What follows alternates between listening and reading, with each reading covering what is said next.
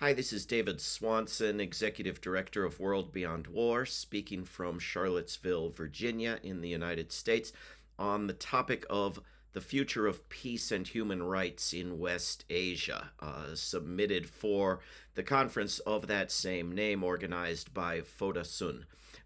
Thank you very, very much for including me. My remarks are as follows. Every government in West Asia, as in the rest of the earth, abuses human rights. Most of the governments in West Asia and the surrounding regions are enthusiastically supported, armed, trained, and funded by the U.S. government, which also keeps its own military bases in most of them. Governments armed with U.S. weapons and which have their militaries trained by the U.S. military in recent years include these 26: Afghanistan, Algeria, Azerbaijan, Bahrain, Djibouti, Egypt, Eritrea, Ethiopia, Iraq, Israel, Jordan, Kazakhstan, Kuwait, Lebanon, Libya, Oman, Pakistan, Qatar, Saudi Arabia, Sudan, Tajikistan, Turkey, Turkmenistan, United Arab Emirates, Uzbekistan, and Yemen. In fact, with the four exceptions of Eritrea, Kuwait, Qatar, and the UAE, the U.S. government has also given funding to the militaries of all of these nations in recent years. The very same U.S. government that denies its own citizens basic services that are routine in most wealthy countries on earth. In fact, with the recent change in Afghanistan, and with the exceptions of Eritrea, Lebanon, Sudan, Yemen, and the nations north of Afghanistan, the U.S. military maintains its own bases in all of these countries. Note that I've left out Syria, where the U.S. has switched in recent years from arming the government to arming an overthrow attempt. The status of Afghanistan as a U.S. weapons customer may also have changed, but perhaps not for as long as is generally assumed. We'll see. The fate of Yemen is, of course, up in the air. The U.S. government's role as weapons supplier, advisor, and war partner is not a trivial one. Many of these nations manufacture virtually no weapons and import their weapons from a very small number of countries, dominated by the United States. The U.S. partners with Israel in many ways, illegally keeps nuclear weapons in Turkey, even when fighting against Turkey in a proxy war in Syria, illegally shares nuclear technology with Saudi Arabia, and partners with Saudi Arabia in a war on Yemen. Other partners including the United Arab Emirates, Sudan, Bahrain, Kuwait, Qatar, Egypt, Jordan, Morocco, Senegal, the United Kingdom, and Al-Qaeda. The provision of all of these weapons, trainers, bases, troops, and buckets of money is in no way contingent on human rights. The notion that it could be is ridiculous on its own terms because one cannot use deadly weapons of war without abusing human rights. Nonetheless, proposals are sometimes made and rejected in the U.S. government to provide weapons of war only to those governments that do not abuse human rights in major ways outside of wars. The notion is ridiculous even if we pretend that sense can be made of it, however, because the long-standing pattern for decades has been, if anything, the opposite of what is suggested. That is, the very worst human rights abusers, both in war and outside of war, have been shipped the most weapons, the most funding, and the most troops by the U.S. government. Can you imagine the outrage in the United States if U.S. mass shootings within U.S. borders were being committed with guns manufactured in Iran? But just try to find a war on the planet that doesn't have U.S.-made weapons on both sides.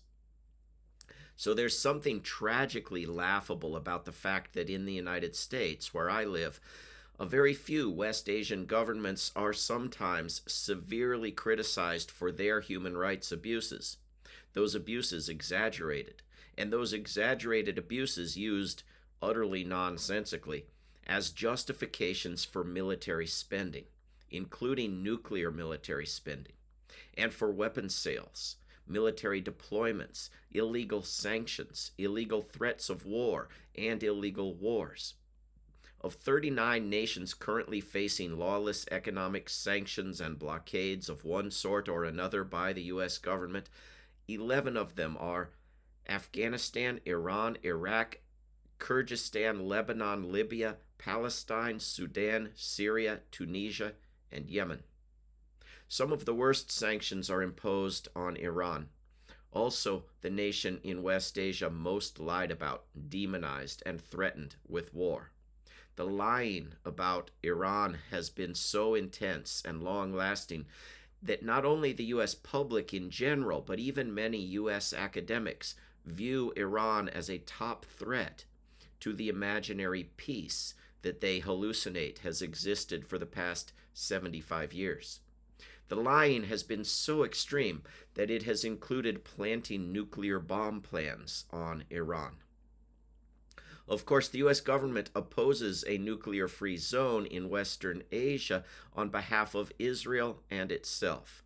It tears up treaties and agreements that impact the region as recklessly as it did with the indigenous nations of North America. The U.S. is party to fewer human rights and disarmament treaties than almost any other nation on earth, is the top user of the veto at the UN Security Council, is the top user of illegal sanctions, and is the top opponent of the World Court and the International Criminal Court. U.S.-led wars just in the past 20 years, just in West and Central Asia, have directly killed probably over 5 million people, with millions more injured, traumatized, made homeless, impoverished, and made subject to toxic pollution and disease.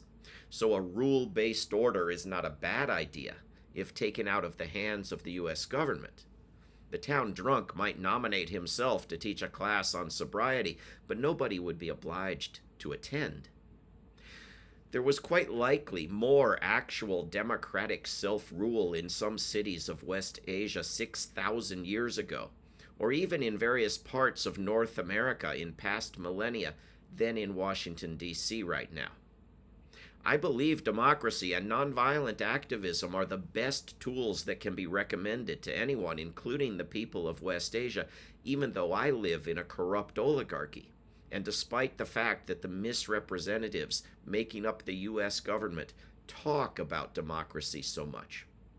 The governments of West Asia and the rest of the world ought to avoid falling for the militarism ploy and behaving as lawlessly and violently as the U.S. government. In fact, they ought to embrace many of the things that the U.S. government talks about instead of the things it actually does. International law, as Gandhi said of Western civilization, would be a good idea. It's only law if it applies to everyone. It's only international or global if you can live outside of Africa and still be subject to it. Human rights is a wonderful idea, even if its noisiest proponents for centuries have been among its busiest abusers. But we need to get wars included in human rights, just as we need to get militaries included in climate agreements and military budgets noticed in budget discussions. The right to publish a newspaper is of limited value without the right not to be blown up by a missile from a robot airplane. We need to get human rights abuses by permanent members of the UN Security Council included in human rights. We need to get everyone subject to international courts or to universal jurisdiction exercised in other courts. We need one standard, so that if the people of Kosovo or South Sudan or Czechoslovakia or Taiwan should have the right to self-determination, then so should the people of Crimea or Palestine. And so should people forced to flee military and climate devastation. We need to recognize and use the power of communicating atrocities to distant people whose government commits them far from home without their knowledge. We need to unite as human beings and global citizens across borders in serious and risky and disruptive nonviolent action against war and all injustice. We need to unite in educating each other and getting to know each other. as parts of the world grow too hot to live in. We don't need the parts of the world that have been shipping weapons there and demonizing the inhabitants to react with fear and greed, but with brotherhood, sisterhood, reparations, and solidarity.